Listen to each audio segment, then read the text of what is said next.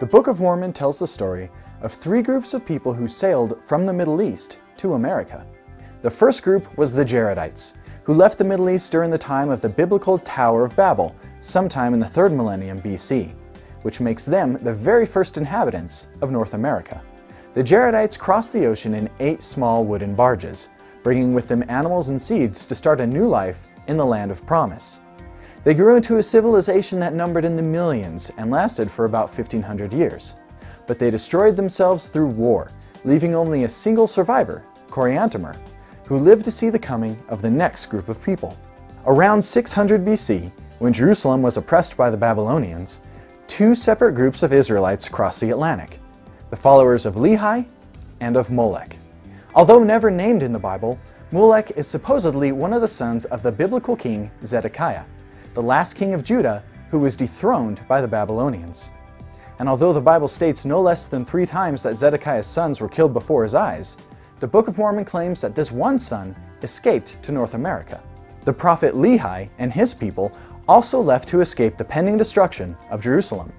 His descendants split into 2 groups, the Nephites, whom the Molechites joined, and the Lamanites. The Nephites, who were white, and the Lamanites, who were marked with dark skin because of their wickedness, were generally at odds with each other for several centuries, until the resurrected Jesus Christ came to North America and united the civilizations in peace for 200 years. Then they split again, with the Nephites staying believers in Christ and the Lamanites revolting against the church.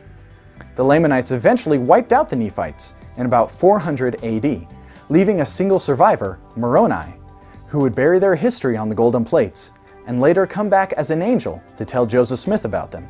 The LDS Church clearly taught that the Lamanites then became the ancestors of the Native Americans and even many Pacific Islanders.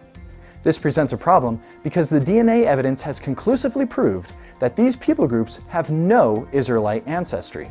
In response to this, the introduction to the Book of Mormon, which used to state that the Lamanites were the principal ancestors of the Native Americans, was changed in 2006 to state that they are only among their ancestors.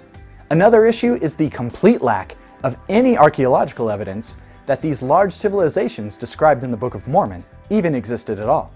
And this creates a problem with identifying the geography of these people, with modern LDS scholars suggesting Mexico and Guatemala, but with Joseph Smith identifying Book of Mormon sites in the United States. For example, in Illinois, Joseph Smith found a skeleton which he identified as Zelph, a renowned white Lamanite chief who had died in battle.